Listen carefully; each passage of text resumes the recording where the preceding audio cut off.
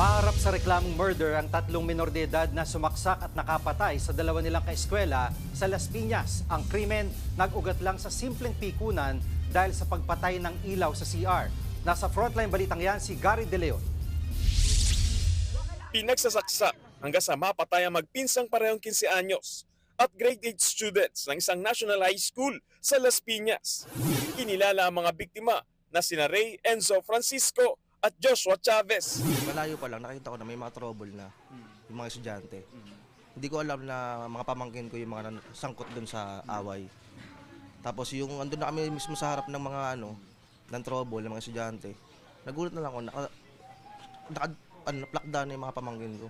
Pamangkin ko wala yung mga yung mga may tama. Biyernes ng gabi nang biglang pinagtulungan ng tatlong lalaki ang magpinsan. Dead on arrival sila sa ospital.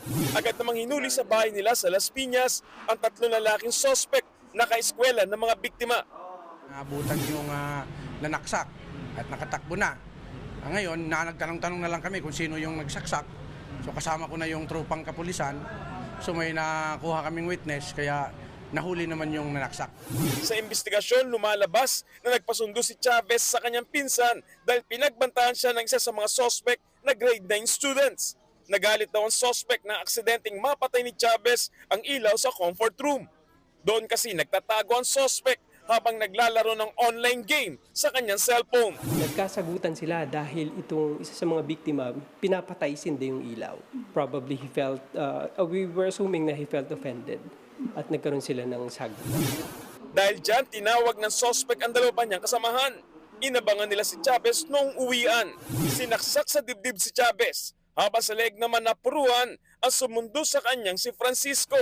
Kahit mga menor de edad, maharap sa reklamong murder ng tatlong suspect lalo't lumalabas na planado ang pagpatay. Tumanggi na magbigay ng pahayag ang paaralan ng mga biktima at suspect. Nakikipagtulungan na raw sila sa investigasyon at nagpahatid na rin ng tulong sa pamilya ng mga biktima. Kaya sa amin, di mo kami hahantong sa daas din na hustisya. Pati lang sa amin, tamang proseso. Yung di na talagang makalaya din hanggat sa paglaki ng mga yun. Kinundina naman ng Malacanang ang insidente at pinaiimbestigahan na ito sa Department of Education. Naisa lang nasa inquest sa kasong murder ang tatlong estudyanteng suspect. Dahil mga menor de edad sila, ang isa ay dadali sa DSWD habang ang dalawa naman ay sabay pag-asa. Nagbabalita mula sa frontline, Gary De Leon, News 5. Mga kapatid, Jiggy Manikad po, iba na ang may alam at may pakialam sa panahon ngayon. Para sa konkreto, kumpleto at komprehensibong balitaan sa Frontline, mag-follow at mag-subscribe sa social media pages ng News 5.